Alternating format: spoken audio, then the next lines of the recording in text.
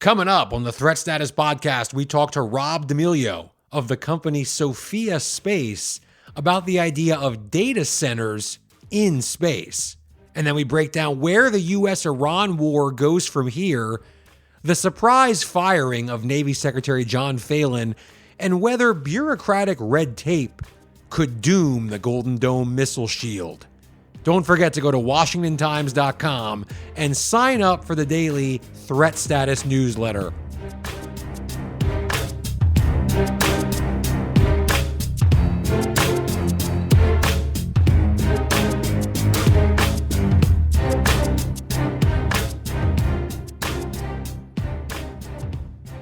Hello and welcome to the Threat Status Podcast. I'm your host, Ben Wolfgang, national security correspondent at the Washington Times, and I'm joined as always by my esteemed co-host Guy Taylor, the national security editor here at the Times. There's nothing wrong with a bit of self-promotion, I guess, from time to time, and I did want to thank the Virginia Press Association for awarding us, the Threat Status Podcast, first place in the podcast category in their recent annual news and advertising contest. A lot goes into this show every week, and we, along with others in the Threat Status team, try to bring you exclusive access to key decision makers across government, think tanks, defense industry, and elsewhere each week here in the show. And I appreciate, as I know Guy does, that recognition from the VPA. We'll have another of those exclusive interviews later on this episode with Rob DeMillo of the company Sophia Space. Really fascinating stuff about this idea of orbital compute and data centers in space. That's a real thing that there's some real money behind already here in 2026. So stay tuned to hear more about that in just a couple of minutes. But Guy, before we get there, first things first, as always, what's on your radar this week? Thanks, Ben. It's great to be back with you on the podcast. As always, there's a lot I'm tracking. Von Cocaine just walked into my office to ask whether or not I was dialed into Syrian President al-Sharat's latest diplomatic exploits. I'm still reeling over Sam Paparo's testimony this week on Capitol Hill about the Chinese military's AI advances. I was at the Sea Air Space Conference for a couple days at the beginning of this week. Pretty much a massive convergence of U.S. Navy leadership and defense industry C-suiters. All that happened as the U.S. Navy Secretary got fired. That was last night. We're obviously taping on the afternoon of April 23rd right now. That was a day after the Navy proposed its historically high budget for shipbuilding. The U.S. Iran war feels more and more like a messy stalemate with every hour that passes. Let me slow down for a minute, Ben, and dig into one thing that I actually have been mulling over a little bit. And that was a piece that Guillaume Patak filed for the Washington Times this week. Guillaume, for any listener who doesn't know, is the special threat status correspondent in Ukraine. He also won a Virginia Press Association award for a video that he made with the Threat Status video team. It's actually the Washington Times wider video team. Kudos to that group, Ben Kriegler and David Gordon. People can find that video on the Threat Status pages. It's amazing frontline piece that Guillaume did. Anyway, he did another piece this week writing on how Ukraine's war-tested expertise in countering Russian and Iranian drones is suddenly in high demand in the Middle East. The past week actually saw Ukrainian officials sign a series of long-term defense cooperation agreements with three key wealthy Persian Gulf states. These are deals that really reflect Ukraine's broader effort to transform itself from a wartime aid recipient into a global security player. Specifically, Kyiv inked a 10-year agreement with Saudi Arabia, as well as one with the United Arab Emirates and another with Qatar. All of these countries are U.S. security partners that have been targeted by Iranian drones in recent weeks. While these deals vary in sort of detail and scope, they share one important common objective, Ben, and that is to export Ukraine's hard-won expertise in counter-drone operations. air defense and electronic warfare to a region that is now under increased threat from missile and drone attacks, relatively cheap drones that everybody talks about. Why does it take a very expensive missile to shoot down a relatively cheap drone? Ukraine is an expert on that. Ukraine is selling what it describes as an integrated approach to defense, not only interceptors, but also command systems. How makeshift are they? How established are they? How nimble are they? That's something the U.S. defense industry is studying very closely, with mobile radars and deployable counter drone, AI operated machine gun systems. Anyway, electronic warfare capabilities, essentially, and operational expertise to the Saudis, the Qataris, and the Emiratis. My question in all of this, Ben, is whether or not those wealthy Gulf partners are going to be more prone to dump foreign investment into Ukraine's economy to rebuild it if and when the war with Russia ever comes to an end. The point here, Ben, is that Ukraine is becoming a player on the global weapons stage. Speaking of the Iran conflict, obviously I'm tracking the day-to-day. As we taped this, I think both sides are stuck. Trump has created a predicament here where global crude prices are likely to rise with this Strait of Hormuz imbroglio, the blockade, impressive U.S. Navy blockade. As the U.S. Heads into summer and the travel months, we could see gasoline get north of $5 a gallon, already is in some places. We could see it get north of $6 a gallon in the months leading up to the U.S. midterm elections. Those politics aside, in order to end this war, the president might end up having to concede to some kind of a deal with Iran that's not all that different from the loathed 2015 Joint Comprehensive Plan of Action, the JCPOA, that Barack Obama's administration struck with Iran to get Tehran to limit its nuclear program in exchange for inspections and sanctions relief. The major sanctions relief, by the way. The catch is that Trump will be stuck with trying to sell such a deal as a major victory, even though he was the one that pulled the U.S. out of the JCPOA during his first term in office. Not judging here. I'm not going to make a judgment on whether the president was right or wrong in this, but it looks pretty sticky. However that he plays it. And we know his messaging is his strategy has been all over the map with threatening this, pulling it back, threatening that. And we've seen the White House press team repeatedly try and explain to the media, listen, don't believe what the Iranians are saying. They're actually telling us in secret negotiations some totally different thing. Finally, the U.S. could still dramatically escalate things with Iran. We could still see some kind of land invasion. We could still see more bombing. And we're tracking it all day to day in the Threat Status newsletter. You know, Guy, I think you a few weeks ago when we talked to Mark Montgomery described the administration's position or explanation as incoherence when it comes to Iran. And you do have to ask yourself, if we end up in some sort of deal and Iran still has enriched uranium, still has stockpiles of missiles and drones, which I'll talk more about later, and the regime, even though it's lost many of its key leaders, including the supreme leader, the Ayatollah, technically is still in place, and we end up in some sort of JCPOA-like deal, what have we really accomplished? Well, we can let listeners connect all those dots and make their own decisions about whether what we've done here over the past 7 or 8 weeks has been worth it. But to me, one of the most interesting subplots to the U.S.-Iran war is just how much turnover there's been at key positions in the U.S. military during the war.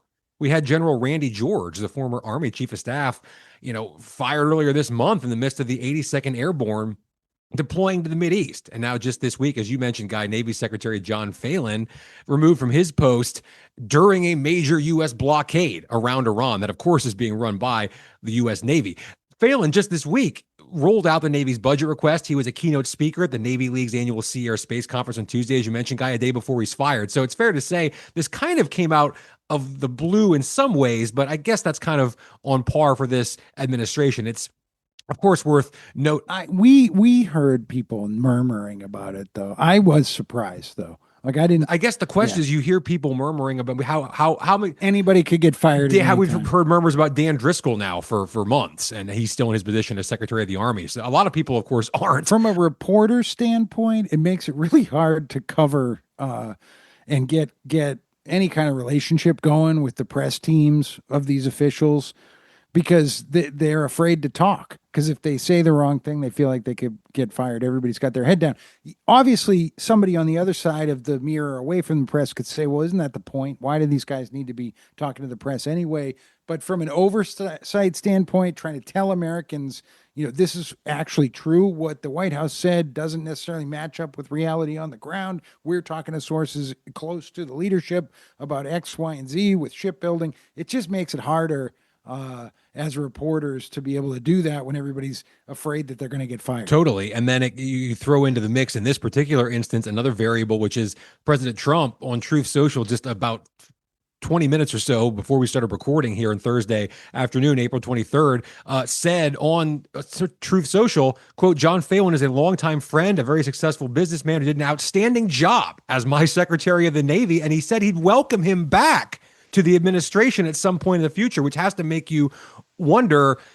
I mean, presumably Trump's in the loop on this, but is there a disconnect between the White House and the Pentagon on John Phelan and what the Navy's doing right now? And look, and as far we have talked a lot about shipbuilding and some of what some would describe as missteps made by the Navy in terms of, the design of frigates and cutters and the Trump class battleships. And we had Mark Montgomery detail all of that just a few weeks ago on the show. So I won't rehash everything he said. We'll do more episodes this summer on shipbuilding and get into more of the challenges facing the next Navy secretary. But at the end of the day, I do wonder, as I mentioned with President Trump and sort of the potential friction at the top here, a lot of these key decisions do come down to infighting, turf wars, bureaucratic battles. I mean, those factors I think have led to a lot of folks being removed from positions and have kind of put some sort of roadblocks in the way of major projects over the years. And there are fears another one of those could be the Golden Dome missile shield. When I was at Space Symposium last week, Guy, one of the things I kept hearing over and over again from folks was these sort of doubts that are creeping in about whether General Michael Gutlein, the Space Force's Vice Chief of Space Operations and the administration's point man on the Golden Dome, is actually going to have all the authority and the autonomy he needs to actually get this missile shield project done, at least part of it done by 2028 on the president's timeframe. Former vice chairman of the Joint Chiefs of Staff, retired General John Hyten, told me point blank that in his view, that's one of the biggest problems potentially facing Golden Dome, because he's never seen another bureaucracy as entrenched as the Pentagon, and he worries that could be a big problem. Listeners know, of course, Golden Dome is one of our favorite topics, and we've spent multiple episodes just on this project. But look, to drill down into the bureaucracy just for a second here, guys, this is just from a recent White House budget document that came out breaking down the 2027 funding request for Golden Dome. And this is by no means comprehensive, but it includes $4.5 billion for Missile Defense Agency to improve its ground-based missile interceptors. More than $4 billion for U.S. Space Force low Earth orbit sensor and tracking satellites. $600 million for Air Force airborne sensors and integration with existing air and missile defense.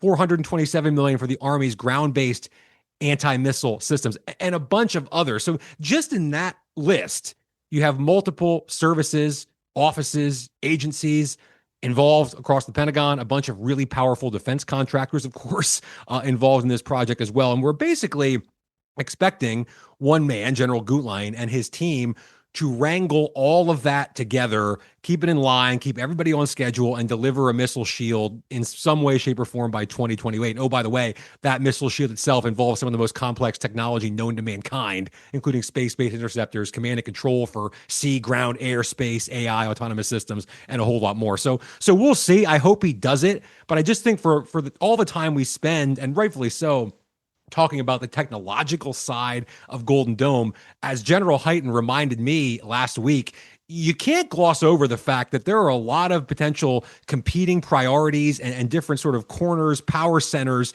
inside the Pentagon, and that good old fashioned Washington bureaucracy could end up being a really big problem as this thing starts to unwind over the next couple of years. Totally. Very thought provoking, Ben. Competing priorities. I'm hoping they get new lights in my kids' high school gymnasium, but it is an amazing thing. This is a very expensive, scientifically advanced, and incredibly interesting and important aspect at the apex of the defense tech boom as we cover it, Golden Dome.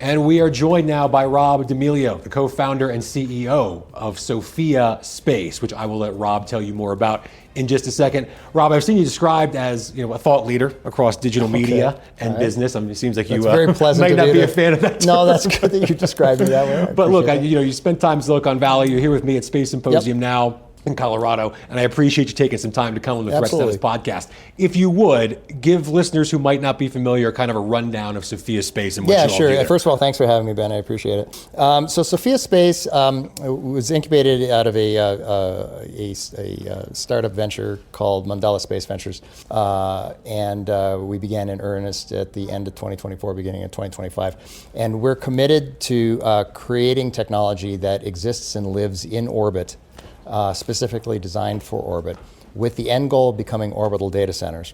But in the initial start of our life cycle, we are selling the servers directly to our clients as edge computing devices. And the difference that you'll find between us and some of the others that are in this space is that rather than taking terrestrial technology and modifying it for orbit, we have started from the ground up. We've looked at how high up we are, what the radiation is, how much solar we're getting, what the temperature is, how fast we're moving, and we've built servers for that environment. I want to zoom out for a second here because I'm curious, in talking to folks here at Space Symposium, just sort of the moment, if you will, that we're at as far as space. I mean, the Artemis mission, I think, in a lot of ways captured people's imaginations, sort of reignited some people's love or fascination with space.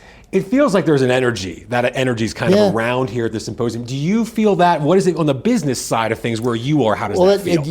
That is the change in the buzz, is the business side, right? So until not that long ago, space was the domain of governments, right? Maybe a couple of companies here and there, Weather International and some other places that were putting up their own satellites. But for the most part, getting to space was hard. And it was not that long ago, 6 years ago, that it was $55,000 a kilogram to get to orbit, and now that number has dropped to around $2,800 a kilogram and still falling, right? And that sort of opening of the road allowed business to enter. Right, and so what you're feeling now at this conference that you probably haven't felt in past conferences, and it's really been the last year or two, is that influx of corporations and individuals and really sort of that entrepreneurial spirit getting people into orbit. So you've got that mixed with the government at this conference, and that's what you're seeing, and that's what you're feeling. The way to think about space, I look at this from a national security perspective often, but I guess this question would apply to business as well. But is it correct to look at space as sort of a separate entity or a separate area? Because it's so wrapped up in virtually everything the military does, for example, today, every other domain, from cyber to sea to traditional air. So is space, quote unquote, space, still a thing, or is that just kind of the overarching? So I was in a roundtable yesterday, and this actually came up as a topic. Space is like United States or Canada or Turkey or whatever. It's become its own object, for more or less. You're still going to have sovereignty issues. You're still going to have this is ours, this is yours, kind of a thing going on. But you do treat it as a different entity at this point. Yeah. Okay. So again, one more kind of broad 30,000-foot question. Sure. From your point of view, why is it so important for the U.S., for the United States, to be at the forefront of this, of that thing being space? Well, this is the same reason it's been important for us to be at the forefront of everything that we've ever done, right? I mean, it's important for national leadership, it's important for national morale, it's important for defense, and it's important for pushing just science and technology to the forefront of the way that we think about everything, right? Which has taken a backseat in recent years, right? But it's important to understand that in order to succeed as a nation and succeed as a people, it is important that we do these things that are typically very difficult to do, right? And in industry, you see it all the time with startup companies and people doing impossible things, and there's plenty of amazing stuff happening here terrestrially. But as we've advanced to orbit, it's becoming imperative for not only national security, where it's obvious why it's necessary. Yeah. But also just to make people relook at their environment and think about science and think about technology and look down at the planet and do things that are amazing. Yeah. So let's talk about orbital compute and data centers, because I've been hearing a lot about all of this stuff all week so far at Space Symposium. I just heard somebody talking about building underground data centers on the moon, Sure. Which, I mean, a couple of years ago would have seemed like a totally far-fetched idea, but now maybe not so much. No, it's not. What are the benefits of trying to do some of this in space or in orbit? Is this a matter of running out of physical space on Earth, or people not wanting eyesores? Or what are the benefits of doing it? Yes to all of that. I mean, so people have this feeling in their head when they hear orbital data centers. I think they're actually thinking. Actually, I saw this in a article on a website today. Actually, just this graphic that drove me nuts, where people think of data centers as taking a building and just shoving it into orbit. Right. So just stop, everybody listening. Just don't stop thinking about all that stuff. That doesn't make any sense. What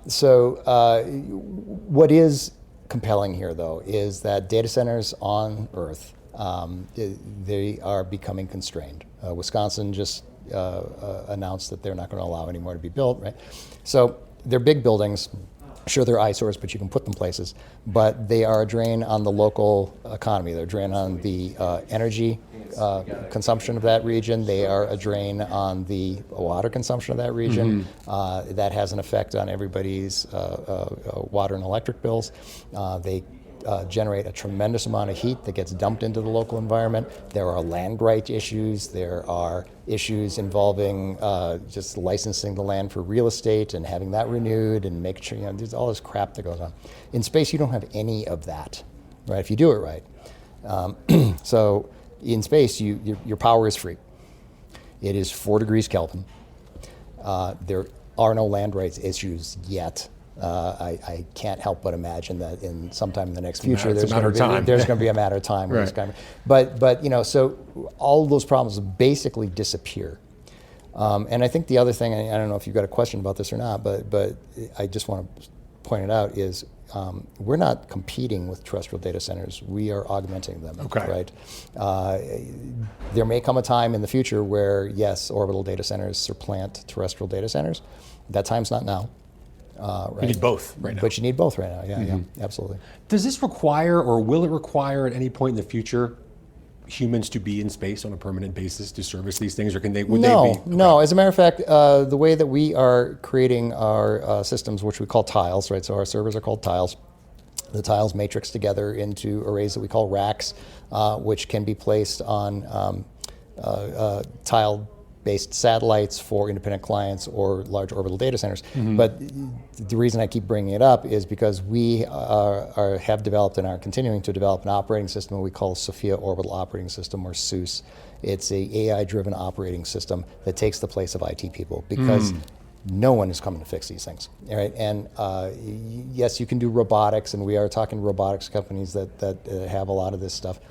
But at the same point in time, there's a lot you can do with software. So the operating system itself handles dead tiles or dead sections of tiles. It does security patches, firmware upgrades. It routes processing around. It does everything that an IT person normally would do in a system like that. So a client, somebody who's paying you to use these, do the financial transactions all take place on Earth, or is that eventually going to be?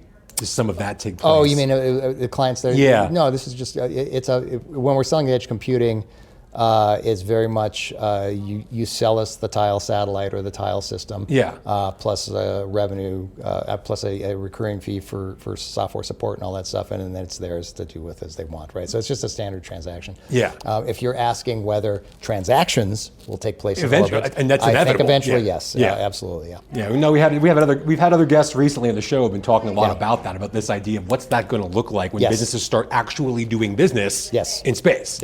Well, what do you think that's going to look like? I mean, it's hard to imagine. Not really. I mean, it's kind of at this point, it's like the hard to imagine train left the station a long time Fair ago. enough. Long time ago. And terrestrial transactions taking place in orbit. You don't know what the hell's going on with your iPhone, do you? No. When you just trust it's going to work to do whatever you need it to do. When you swipe your card on a station somewhere, or you swipe Tinder, you don't know where that is, right? You're still not going to. Right. The transaction might take place in orbit. For all you know. And you'll be none the wiser. So. Are there variables to deal with in space that you or anybody else maybe hasn't thought of? There are variables to working in space that we think that we have thought of, that we think that we have dealt with. Right. Such as cooling. Okay. Right. So one of the things that we have pioneered that you're not going to see anywhere else is our method of cooling, which is a passive cooling system. If you don't have a system that is designed for passive cooling in orbit, and by that I mean, just for your listeners who may not understand how this works, yes, it is cold in space. It is 4 degrees Kelvin in orbit. Very cold. It is also a thermos, right? And so if you get something that is generating heat in orbit, you have to figure out a way to get that heat out to the 4 degree Kelvin space, because there's no medium to do it. There's no air, there's no water, there's no gas, there's nothing that you can do. So there's 2 ways to do this. One is you build a heat pump to have a piping system that runs through your servers and grabs the heat that way through liquid, and then moves that liquid out through to a radiator, and then radiates it out to space, and that's great. But if you do that, it's a big thing, right? So now you've added weight to the system, and it's power expensive. So now you've robbed some of the power that you could be using for computing onto that pump. Oh, and by the way, it's liquid under pressure, so if it gets punctured, you've got a problem. So you have to want to shield it. So you shield it, more weight, right? In our system, we have a very passively cooled tile, so it's essentially all solid state. There are no moving parts. There's no heat pump. The way that we have set up the design and the architecture of the system is the CPUs and the GPUs, they generate heat, and it passively passes out into orbit through radiative process. Okay. Rob, one last thing to close out here, and I don't mean to put you on the spot, but I love asking this question to folks in your position. How did I get so devilishly handsome? That's a long story. We don't have time for that answer. Right. I was curious, like, to what degree do you think the federal government needs to be responsible for assets potentially like yours or any other companies that could be potentially targets from an adversary's point of view, if they're contributing to national security in some way? If there's an infrastructure, a water system that's paying for data processing in orbit, or some financial company all that stuff could become and has become targets for Chinese or Russian linked hackers. Sure. I mean, this is a big question, probably longer than you got, and you have to kind of bifurcate it, right? There's the business side of it, where you're dealing with assets in orbit that are, even though their business base could be something that wants to be acquired by an enemy of the state, or you've got a defensive system who very obviously will want to either be controlled or removed by enemies of the state. There is a lot that you can do as a company to prevent that from happening, just through security measures. I do not doubt that at some point, especially if you're talking about something that national defense depends on, that Space Force or another U.S. entity is going to want to claim jurisdiction or regulation or control over. We need to protect. We need to protect this in some way, and it happens in the terrestrial space as well, right? There are government labs that are responsible for a lot of Defense Department work in the United States. Undersea cables is another example. Correct. And all that stuff gets guarded. So that will get worked out, right? Not my job. Yeah. Somebody will work all that stuff out. Okay, fair enough. Rob DeMillo, Sophia Space, thanks so much for coming on the Threat Status Podcast. Thanks, Ben. That was fun.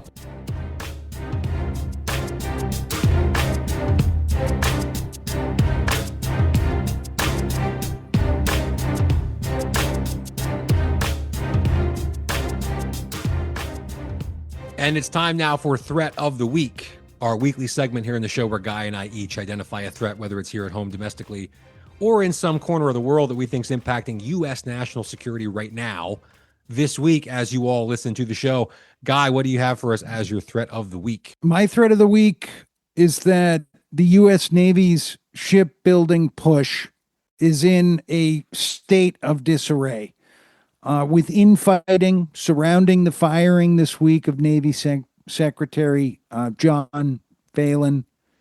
This all comes when the Trump administration is taxing current U.S. Navy capabilities with several carrier groups committed to the war with Iran, a heavy Navy presence in the Caribbean, heavier than we have seen in decades, increased activities in the Indo-Pacific, around the South China Sea and the Taiwan Strait.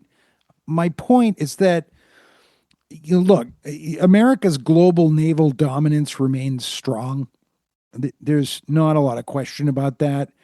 And I don't want to be just media hype it here, but it is being challenged by China increasingly. I've been around the national security side of journalism in Washington long enough to know that there's a consensus on that. That's not just about trying to drum up hype to get more money out of taxpayers to pay for fancy defense things. It's real. The Chinese are outpacing the United States in defense industrial capability, naval industrial capability right now, shipbuilding essentially. And the current chaos atop the civilian side of the U.S. Navy begs the question of whether the administration really has its act together or not in its pursuit of a so-called golden fleet and its pursuit of a major shipbuilding push. Shipbuilding is going to be a recurring theme, as it has been, but even more so in the next few months here on the Threat Status Podcast and across Threat Status platforms. So stay tuned for all of that. Guy, my threat of the week, as I mentioned earlier, is Iranian military capabilities and essentially what the Iranians have left in their arsenals.